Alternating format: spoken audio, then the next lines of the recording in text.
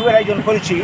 আপনারা জানেন গত 7ই জুলাই গন্ডাছড়া মহকুমায় একটা আনন্দ মেলা উৎসব অনুষ্ঠান চলছিল। সেইখানে বিভিন্ন শ্রেণীর লোক, জাতি উপজাতি সবাই উপস্থিত ছিল। তো সেইখানে জোয়ার যেটা হয়ে যায় আজকাল মেলাকে কেন্দ্র করে, জোয়ার মানে একটা ঠেক বসেছিল, মদের আসর বসেছিল ইত্যাদি। তো সেইখানে অনেক লোক জড়ো হয়েছিল, যুবকরা যুক্ত হয়েছিল। তো সেইখানে একদল যুবক সেখানে যেটা ঘটনা ঘটে, এই সমস্ত ক্ষেত্রে তর্কাতর্কি হয়, যে কোনো ইয়েকে কেন্দ্র করে তর্কাতর্কিকে কেন্দ্র করে ধাক্কাধাক্কি হয়।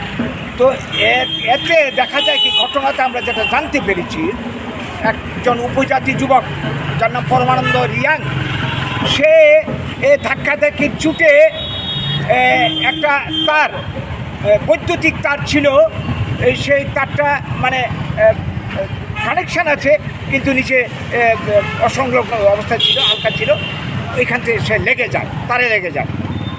তো যারা উপস্থিত ছিল সেখান থেকে তার থেকে ছাড়িয়ে এনে যখন তখন তাকে হসপিটালে পাঠানো হয়। গন্ডাছড়া থেকে আগরতলা ট্রান্সফার করা হয়, জীবিত শুনলাম। পরে সেখানে সে মারা যায়। এই খবর গন্ডাছড়াতে পৌঁছার সাথে সাথে আমরা দেখলাম কি, সেখানকার রিয়াং সম্প্রদায়ের উপজাতি বাদ দিয়ে অন্য যারা ছিল তারা মুহূর্তে উত্তেজিত হয়ে পড়ে, হিংসাত্মক হয়ে ওঠে এবং তাৎক্ষণিকভাবে যারা সামনে ছিল বাঙালি ব্যবসায়ী থেকে শুরু করে পথ চলতি মানুষ, সবাই পর ওরা আক্রমণ শুরু করে, লাঠি সুটা নিয়ে আক্রমণ শুরু করে।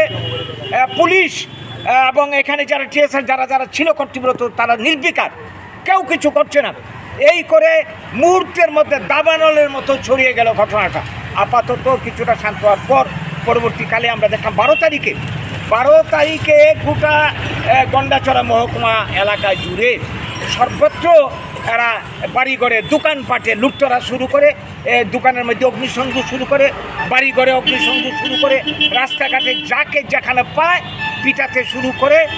এবং দেখা যায় কি, স্থানীয়দের যেটা অভিমত, যেটা এরা বলেছে যে স্থানীয় লোক বাদেও দেখা গেছে অচেনা অনেক ট্রাইবেল যুবক রয়েছে। পরে খোঁজ নিয়ে জানা গেল তাদের কারুর বাড়ি কী বলবো অমরপুর, কারুর বাড়ি অম্পি, কারুর বাড়ি আমবাসা ইত্যাদি বিভিন্ন অঞ্চলের। তাহলে এটা পরিষ্কার একটা সামান্য ঘটনা, এটাকে কেন্দ্র করে পরিকল্পিতভাবে সমস্ত এলাকা সংগঠিত করে এইভাবে সামিল হয়ে গোটা মহকুমাকে অবরুদ্ধ করে ফেলেছে। বাঙালিরা নিরাশ্রয়, তারা বাঁচতে পারে না। পুলিশকে খবর দিচ্ছে, সাংবাদিক বন্ধুদের খবর দিচ্ছে, প্রশাসনে উচ্চপদস্থ কর্মকর্তাদের খবর দিচ্ছে, কিন্তু তাদের পরিত্রাণে কেউ এগিয়ে আসছে না। ওরা তো নিরস্ত্র, কী করবে? রাতের অন্ধকারে জঙ্গলে গিয়ে কেউ আশ্রয় নিয়েছে, যে যেখানে পরে আশ্রয় নিয়েছে। এর মাঝখানে ক্ষতি যা হওয়ার হয়ে গেল, লক্ষ লক্ষ কোটি কোটি টাকার ক্ষতি হয়ে গেল। এরা এখন নিরাশ্রয়। আমরা খবরে জেনেছি এই পর্যন্ত আমাদের কাছে যতটা খবর, 50টা পরিবার মারাত্মকভাবে ক্ষতিগ্রস্ত, দোকানপাট সব শেষ হয়ে গেছে, লুটতরা ধ্বংস হয়ে গেছে। এখন তো মানে এরা এত অসহায় হয়েছে, এত ভয়ে তটস্থ হয়েছে যে গন্ডাছড়া ওরা আর থাকতে পারবে। এরাও হুঁশিয়ারি জারি করেছে যে গন্ডাছড়াতে কোনো বাঙালিকে আমরা থাকতে দেবো না, এডিসি এলাকায় কোনো বাঙালিকে থাকতে আমরা দেবো না। ওরা যাবে কোথায়? প্রশাসন নির্বিকার, যারা অপরাধ করছে। আজকে যদি বাঙালি এই ধরনের ঘটনা উপজাতির উপর করতো, কী অবস্থাটা হতো আমরা অনুমান করতে পারি সবাই। তাহলে এই যে দূষণ নীতি আমরা বাম আমলও আমরা দেখেছি, সিপিএম আমল আমরা দেখেছি, যারা উগ্রপন্থী 80 জনের গণহত্যার নায়ক, তাদেরকে কীভাবে আত্মসমর্পণের মাধ্যমে বিভিন্ন সুবিধা সুযোগ পাইয়ে দিয়েছে। জুট আমলও তাই দেখছি। বর্তমান যাদেরকে আমরা বিশ্বাস করে ক্ষমতা এনেছিলাম, এই বিজেপি আমাদের কল্যাণ করবে, মঙ্গল করবে, আজকে দেখছি তাদের আমলে একই নীতি। এই যে রিয়াং, যারা মিজোরাম থেকে আসলো, ভিন রাজ্যের মানুষ, তাদেরকে 600 কোটি টাকার প্যাকেজ দিয়ে ত্রিপুরাতে পুনর্বাসন দিল।